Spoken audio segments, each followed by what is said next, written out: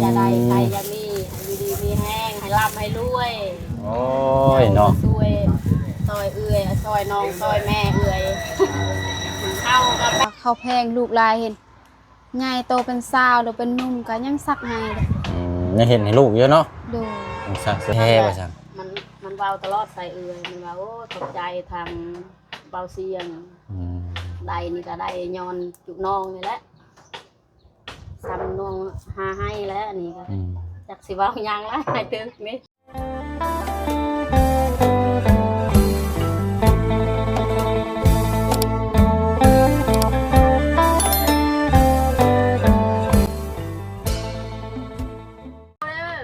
มากินข้าวน้ำกันเด้อเบาเสียงจ้าบ่จะลุยจะบังต้มหน่อไม้อีกเลยโอ้เอามื้อนี้เปิดภาพมานี่รู้สึกว่าหน้าก็ซึกสีคล้ายๆกันแน่บัดนี้เนาะแต่ว่าบ่จักหรอกอันนี้พี่น้อยแต่ว่าต้องสังเกตเวลายิ้มเด้นี่สิยิ้มคือกันบ่แค่นั้นแหละเนาะเอามื้อนี้น่าจะแม่นทางเอ้ย กลางนะว่ากกที่2ก็ยังบ่ฮู้พี่น้องอันนี้ติดตามเบิ่งนํกันเนาะพี่น้องเนาะเอาเปิดภาพมากะมื้อนี้ใครแน่นจักหน่อยมื้อนี้ว่าเมื่อคืนนี้ฟ้าฝนตกผ้าเลื่อมแตกต่ำอยู่พี่น้องเนาะปิดโทรศัพท์เมื่อคืนนี้ก็บ่ไหวพี่น้องเนาะก็เลยเย็นเนี่ยจักหน่อยเอาเนาะสบายดีเด้อพี่น้องเด้อเนาะสบายดีพี่น้อง FC นำกันเบิดสุขุสุคนเนาะอยู่ดีมีแห้งร่ำรวยใกล้แล้วพี่น้องเนาะสิสิ้นเดือนเลยมื้อนี้ก็วันที่29เดือนก็30 31วันเวลานี่เนาะใกล้สิฮอดปีใหม่แล้วพี่น้องสงกรานต์เนาะเอาอะไรพี่น้องเนาะเดี๋ยวไปเบิ่งก้อนซะเนาะบ่มาแต่จังมุงอันนี้เนาะโอ้อยู่เทิงพุ่นเอา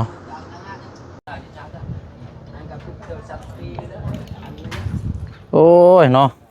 มาฮอดทันกินข้าวกินน้ำเด้อนี่เนาะเอาเบิ่งก่อนได้ใส่เด้อใครอยู่บ่แดดปานใดมื้อนี้น้องเนาะเอ้าแกงนี่คือต้มแท้น่ะโอ้ยอย่างแท้นี่ต้มซื่อๆตัวนี้แกงแบบธรรมชาติเลยเนาะโอ้ยเนาะเอาอยู่ดีมีแห้งสบายดีทางน้องดอกแค่เนาะ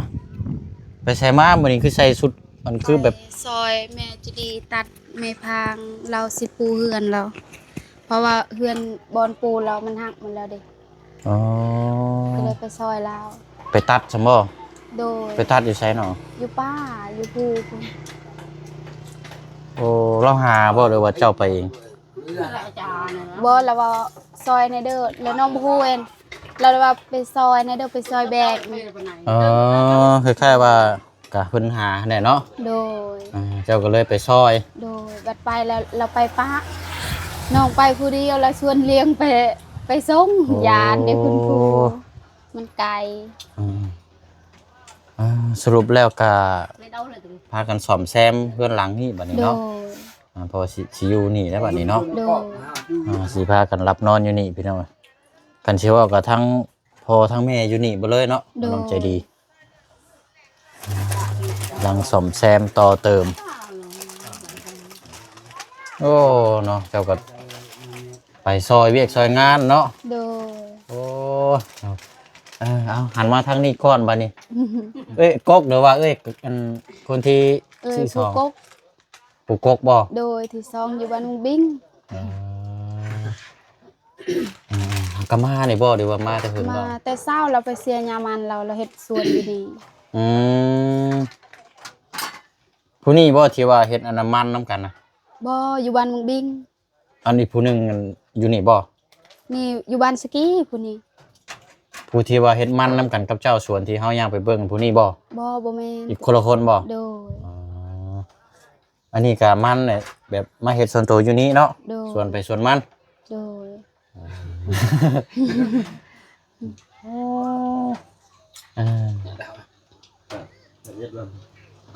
มาแต่2คนเนาะลูกเต้าบ่ได้มานำบ่เสยลูกพาเฮียนเขาเฮียนโดย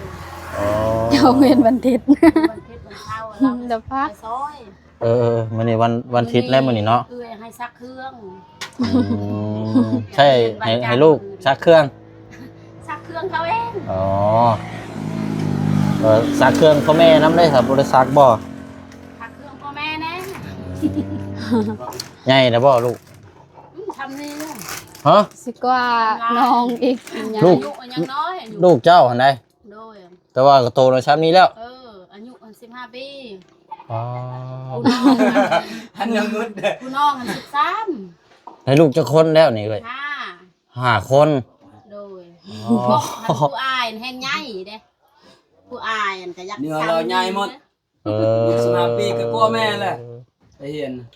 15 ปีผู้เอื้อย กลัวแล้วน่ะสาวแล้วน่ะ ก็แล้วเนาะแต่นาสาวเท่า บ่ได้แล้ว คนกำลังใหญ่ เรามาเนี่ยจนต้อง ไอ้อยู่ ชอบกระดูกเวลากระเติบอันละ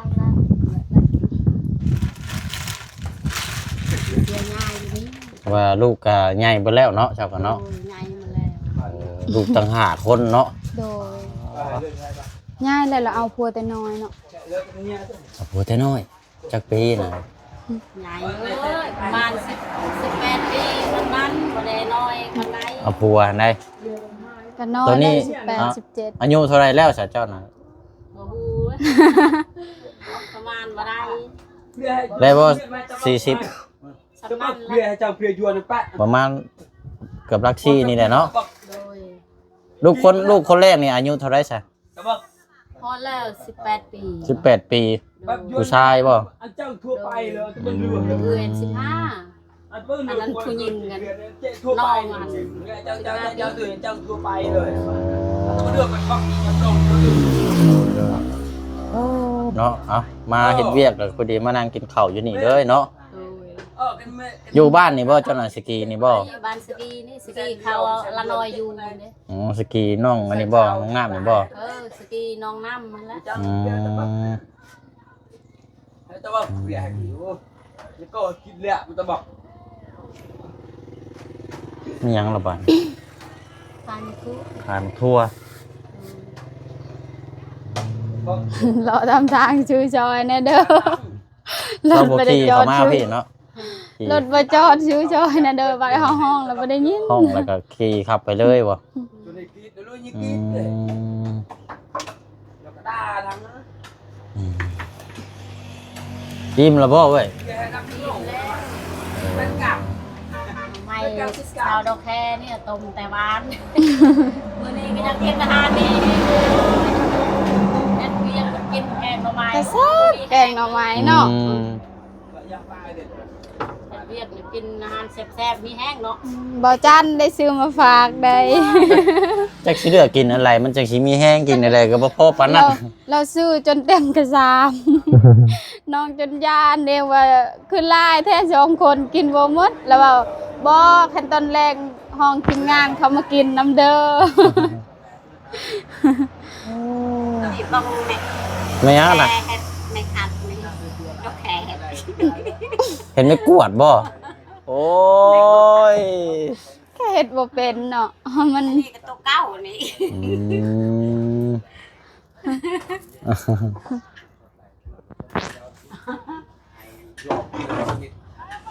เอาไว้กวดเนาะ โดย อันมานั่งใกล้ๆกันเยอะเอ้ยนี่นั่งดีอยู่ครับ แค่ตะกูแล้วบ้องกับเตา เส้น โดยเอาเบิ่งก่อนบัดนี้ยิ้มนี่ก็อยากค่ายกันอยู่เนาะกับน้องยิ้มก็อยากค่ายอยู่พี่น้อง คลายกันน่ะน้อง กูอยาก เอา อยากรู้เลย ของฝาก โดยขอบใจเด้อ แบ่งกันกินแบ่งกันกิน จะได้ใครจะมีดีมีแห้งให้ร่ำให้รวย โอ้ยเนาะ ช่วยซอยเอื้อยซอยน้องซอยแม่เอื้อยเอากับแม่แท้ๆน้องแท้ๆบ่ได้ซอยย่างเลยข้าวนึ่งก็บ่ได้ให้ข้าวเปล่านึ่งก็บ่มีอยากให้ล่ะอันนี้ก็ขอบใจทางน้องส ถ้วยซอยซอยเลยก้อนบักใหญ่ๆซอยแม่เลย ดีใจน้ำเนาะกันเนาะ ดีใจนำก็ทำไตกันเนาะ เป็นเอื้อยเบิ่งโทรศัพท์ขอบใจหลายๆเด้อพี่น้องเอ้ย เป็นได้ ซอย กับ แม่เอื้อย ซ้ำครอบครัวเดียวกันนั่นแหละเนาะ สั่งไตนำกันและเอื้อยอันนั้นแม่เท่าใด อืม บ่ก็จ้า ว่าบ่เป็นที่กำลาว เว้าคนลาวก็บ่ได้เป็นเนาะ ได้อยู่ จ้า กินเลยเด้อมื้อ เอาดูได้เอารถลองเบิ้งแค่เบิ้งได้ให้ทางบอกว่าให้กินมาแล้วเอาไว้รถกูให้ทางคนละให้ในตู้ เอ้ยตัวละแม่จ้าอย่ากินตัวใด กินตอนหิวนี่แหละมันจังแซ่บ แซ่บ ถ้ากินตอนบ่อยากมันกินมันบ่แซ่บหรอกกินตอนเมื่อย คักกิน มันจังแซ่บจังอร่อย แน่ปลายเนี่ยจ้าดิ ปลาเนี่ยจ้ะ มา เอาไว้ เอ้ย ส้ม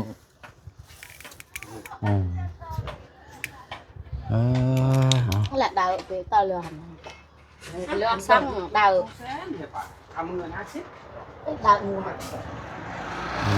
วานเนาะ หวานบ่ หวานเลย หวานเอา หวานเลย ลองกินเบิ้งหวานไป เขาหวานแล้ว หวานใช่ไหมทักไปนองเลือกเลยนะมากมีแต่หวานหวาน โอ้ยเนาะ แซ่บเนาะ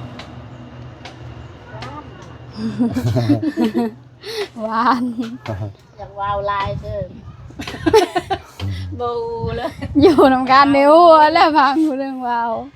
โอ้เนาะดีเนาะมันกับการเว้ากันจาเนาะก็บ่ได้อายบ่ได้หยังเด้ทักทายกันทำแบบมันธรรมชาติเนาะ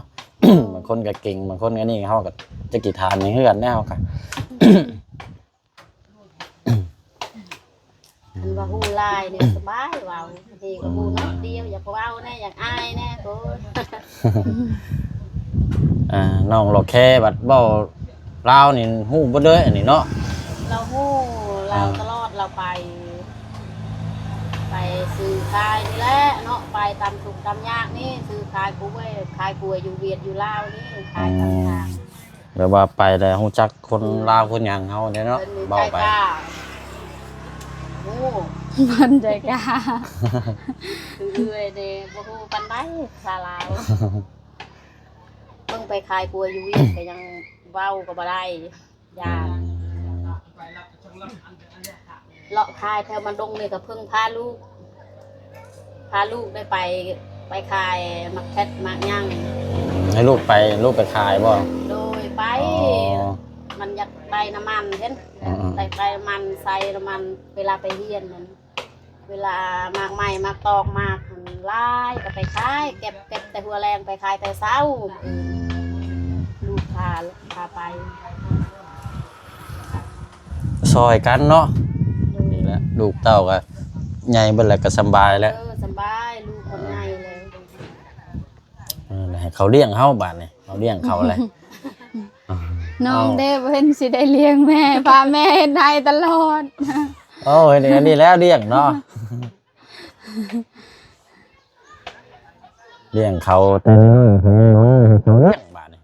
ใส่รถเลยซักเสื้อผ้าหน้าแพร่ ใส่เวลาเมื่อยก็ลูกชักน้อง มันใหญ่เลยยังกี่ซักให้เสื้อผ้าให้ลูกอยู่บ่ได้เนาะ บ่ได้รับลูกใหญ่มาแล้วก็ยังเฮาชัก สิให้พ่อแม่ซักมาอยู่เนาะ มีแต่ลูกและชักหา บ่บางคนนี่แบบว่าเขาแพงลูกหลายเห็นใหญ่โตเป็นสาวหรือเป็นหนุ่มก็ยังซักให้เลย ยังเห็นให้ลูกเยอะเนาะ ดู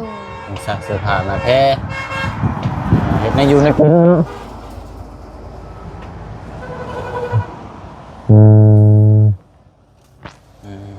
อันเรื่อย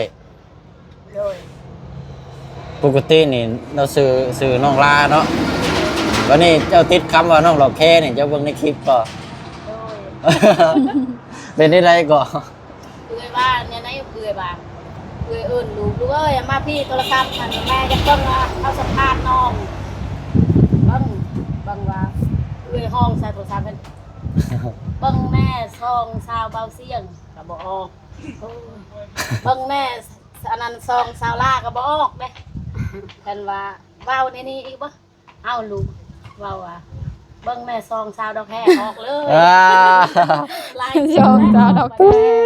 โอ้ยนี่ เอาง่ายๆซานี่เวลาเฮาเบิ่งใน YouTube นี่กันว่าเขียนช่องนี่ก็เห็นอยู่แต่ว่าถ้าเอิ้นชื่อทางนี้เนี่ยมันสิเด้งขึ้นมาเลยเนาะ โดยเอิ้นซื้อใครบ่ได้ออกเด้ เอิ้นซื้อเบาเสียงก็บ่ได้ออกหลายเอิ้นเสียงมาดอกแค่อีก สไลด์ ลายคลิปแล้ว หลอกแค่เนาะน้องหลอกแค่ทางอันพี่น้องที่เพิ่นตั้งแต่เฮาเข้ามาหาน้องเพิ่นตั้งแต่มื้อแรกพุ่นแหละเข้ามาเห็นแล้วก็คอมเมนต์น้องหลอกแค่ว่าซั่น มันเว้าตลอดใส่เอื้อยมันว่าโอ้ตกใจทางเบาเสียงได้นี่ก็ได้ย้อนจุกน้องนี่แหละซ้ำน้องหาให้แล้วอันนี้ก็จักสิเว้าหยังละให้ตึกนี่จนบ่ฮู้สิเว้าเลยน้องให้เอื้อยเบิ่งอยู่โทรศัพท์ก็ดีใจคือกันเห็นแม่ได้เห็นแม่เห็นน้องได้ก็ซ้ำได้คือกัน ผลมันเกิดจ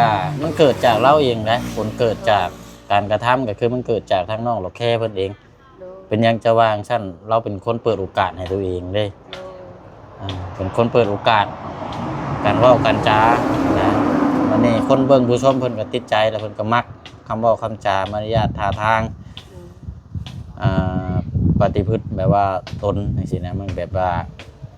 แบบดีเนาะจะว่ากันว่าเปิดเราก็เป็นคนเปิดโอกาสให้ตัวเองนี่เรียนรู้หลายนะเพื่อให้ทั้งพี่น้องผู้ใหญ่เพิ่นติดตามเรื่อยๆมาคำนึงมากก็ขยันนั่นแหละเนาะซอยแม่ ขยันผู้เดียวลาวแล้วซอย เป็นผู้หญิงเฮ็ดได้ทุกอย่างเนาะมันก็เรารับหนึ่งอยู่ ตอนเช้าก็แล่นไปเฮือนเอื้อยอยู่บ้านชีไปบอกว่ามันบอกมามันเบาเอื้อยถ้าได้จะเบาไปได้เงินมันเบาใส่เอื้อยมาบอกเอื้อยเลยได้เงินมันจุน้องให้มอบให้เงินแล้วแล่นไปบอกเอื้อยเลยตอนเช้า ดีใจว่า แต่ห้องโม่ไปลังนึ่งข้าวไปเบานี่ตื่นเต้นแล้วนี่แล่นรถแต่เช้าไปบอกคอยจะดีใจน้ำแล้วก็หลายสิ่งหลายอย่างเนาะเพิ่มมาเรื่อยๆกับหนึ่งมากก็เรื่องเฮ็ดสำมนครัวเนาะอันนี้ก็มีมาแล้วนะมีแต่ทางบ่าวบุญคงเพิ่นสิดำเนินการพาไปเฮ็ดให้ถูกต้องใจลายๆนี่ก็ได้ย้อนน้องนี่แหละเนาะเบาซะได้ลายย้อนลายอยู่น้องนี่ช่วยเรือได้บ่ยากอะไรเวลาเจ็บเป็นมันยากได้บ่มีตัวนี้นี่ไปมองยากเขาทำตัวก้อนเด้ก็เจ้าต้องเอาตัวนี้ยืนยันได้ว่ามาแต่บ้านในเมืองใดต้องเอาสมุนครัวถ้าบ่มีนี่ราคาการใช้จ่ายมันก็จะแพงแน่แม่แพงละสุนถ้ามีปึ้มสมุนครัวไปใส่มันก็จังสะดวกสบายเวลาไปแล้วแล้วเราต้องไปเอาคนกระดาษยันมันวินฮอดห้วยแล้วหน้าคนนั่งคนนี้อะไรจะได้ให้อยู่มื้อนี้เนาะสีลมๆเนี่ยสีลมๆเนี่ยเนาะคันว่าเรามากกระตูมวันนี้น้องนี่ยังโล่งเย็นคักได้นี่อันนี้เฮือนหลังเก่าเลยเฮือนหลังนี่เนาะ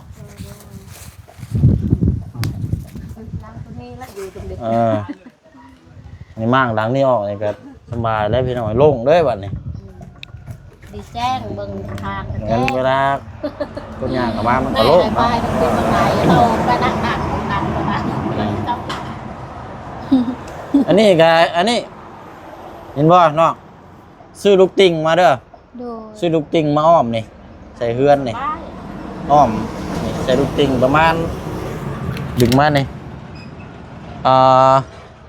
ประมาณ3 มัด 4 มัดนี่ก็แล้วละบันไดนี่ก็เฮ็ดบันไดเปเอาบัดน่ะเฮ็ดแบบบันไดคือเฮือนน้องของมีนะแบบนั้นย่างกันสบายลูกติ่งได้เบิ่งแขนลูกติ่งมัดละแสนมัดละแสน ได้อยู่เฮาอันนี้น่ะสิอ้อมมาประเภทน่ะได้อยู่ประมาณ5-6มัดได้มัดหนึงมี10ตัวซื้อดูติ่งก็ให้สร้างมาติดตั้งให้ประมาณมื้อนึงก็ได้แล้ว บ่หอดแหละ จะงาม ลูกมัน ลายร้อยเนาะ โอ้แบบนั้นไม่ได้แคนลูกสิหัก ลายได้ลูกน้อยรุดออกไปแห้ง แค แล้ว นแคนน้อยๆเนาะลูกมันยังอ่อน มันอีกมาออกไปแห้งแล้ว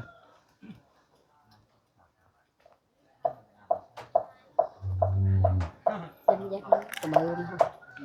จักโมงจะเข้าเวียกเลยเจ้า 2 โมง 2 โมงเนาะ เจ็ด2 โมงอันแดดอันบ่ได้ละ2 โมง2 โมงกาย ได้อยู่นี่มันอยากบดๆนี่เนาะ นี่บดๆแล้ว มันฝนตกในเมื่อคืนนี่ก็ได้อย่างเย็น คนตกบ่อยู่บนดงบ่ ป้อตกแห้งก็ดอก อยู่นี่บ่เลย มันตกไผ ฝนตกได้ฝนตกผ้ามันมาดงนอนเมื่อคืนนี่เราจะปิดโทรศัพท์ไว้ผ้ามันดังแตกช่วงประมาณ9 โมง 10 โมง ไปซอยวัดอยู่บ้านดงนี้ซอยเวียงพญาเฮ็ดบุญนั่นนี่ไปอยู่หั่นน่ะว่านี่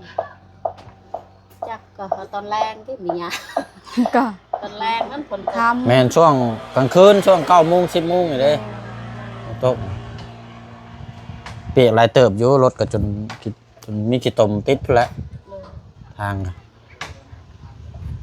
อยู่นี่อยากฝนตกมันไม่ได้ตกใครมันงาม มันทางเบิ่งแมลงเนาะ โด ทางเบิ่งแมลงอาจจะตกอีก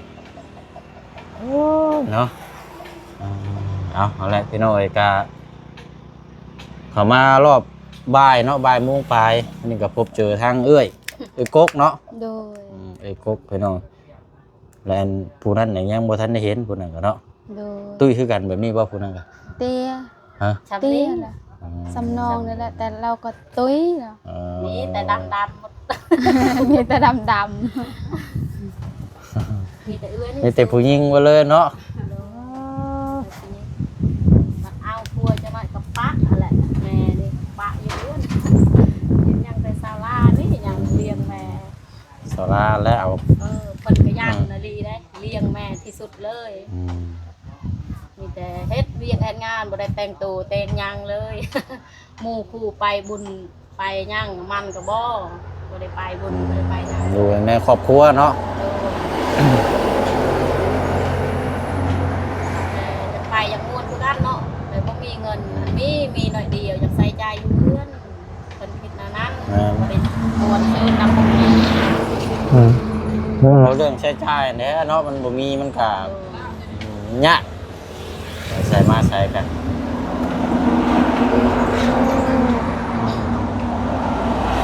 นั่นแหละตามนั้นแล้วเดี๋ยวสิมาเยี่ยมยามไม่เด้อ ๆโดย จังน้อยเจ้าก็สิไปช่วยพุ่นบ่ดูว่าพอได้บ่ บ่น้องเฮ็ดบ่เป็นแบบว่าคำศัพท์นี่น้องเฮ็ดบ่เป็นก็เลยบ่ได้ซอย จะไปคนน้อยก็พอ โดย ทางเบิ่งเนาะช่วงแรงแล้วเดี๋ยวสิมาเยี่ยมยามเบิ่ง ว่าสิซอยเขาจังได๋เฮ็ดของเขา ขาดมันแล้วแหละต้องไปตัดใหม่อีก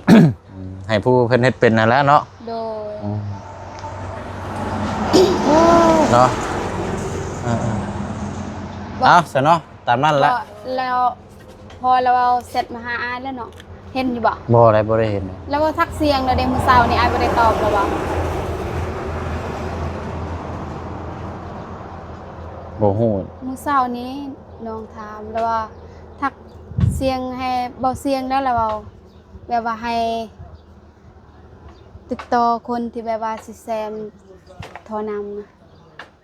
สิต่อโทร บ่เห็นแล้วเราแท็กมาได้ แล้วเว้าทักเสียงแล้วน้องเว้าเขาว่ามื้อเช้านี้ เดี๋ยวอ้ายสิเบิ่งอีกเทื่อนึงซะ โดย ว่าสิเห็นแต่ว่ายังบ่ได้คือว่าบ่เห็นหั่นนะแล้วยังว่ากันติดตามเบิ่งนํกันอีกเนาะ โดย ทางอุโมงค์เมื่อวานนี่ก็ย่างเลาะโอ้หาเรื่องอยู่ สูงแฮงเนาะแล้วอายไปกะบ่บุญอีกเด้บ่บุญบ้านป่าไปพาอายเลาะคือกันอายอยากเลาะคือกันบ่เบาเสียงเลาะก็ไป อยากเลาะ โกงด้วย ไปนำคลอง เอ้ยเนาะเอาอะไรครับพักผ่อนได้ซะเอ้ยเด้อจังน้อยก็พักกันเฮ็ดเวียกเฮ็ดงานเนาะ ให้ทางน้องก็อยู่ดีมีแฮงเด้ออย่าได้ใครอย่ามีให้ร่ำให้รวยแต่นี้ต่อไป โดยสาธุพี่น้อง เราซอย นี่แหละ น้อ เนาะ ง เด้อให้เบาเสียงมีความสุขหลายๆเด้อ นี่แหละเนาะ หักเมียแพงเด้อ เงินไหลทองไหลเทมานี่แหละตัวนี้แหละเนาะสำคัญมันใหม่ไปแหละตอนนี้ เอาในเด้อน้องเด้อเดี๋ยวช่วงเย็นๆอ้ายสิมาหาใหม่เด้อมาเยี่ยมยามใหม่เนาะเอาเด้ออยู่ดีไม่แห้งสบายดีเนาะ สบายดีเด้อ โอ้เด้อไปละเดี๋ยวยันบาเพิ่นสิพักผ่อนจักหน่อยพี่น้องเดี๋ยวไปเฮ็ดเวียกเฮ็ดงานเนาะกินข้าวยันว่าเหยียดแข้งเหยียดขาจักหน่อยนะอ่ะนี่ใส่ลูกติ่งแล้วนี่ใส่ลูกติ่งอ้อมนี่เฮ็ดบันไดเปขึ้นนี่สบาย เจียยังบ่ลายจิ ยังไม่มีเจี้ยวะ บ่พอว่าสิเติมแซ่บ ดึงวันนี้เฮ็ดบันไดไง ทานแบบว่าให้ยามฝนตกเนี่ย เน้นของครัวก่อนเนาะอยู่ให้กินอะไรของครัวตัวนี้ก็มากออกมันจะเป็นเนาะหน้าบ้านนี่พี่น้องไปอะไรเนาะเดี๋ยวลาพี่ละน้องก่อนได้พี่น้องเด้อเนาะเดี๋ยวช่วงแย่งๆลินๆเพื่อนเดี๋ยวสิมา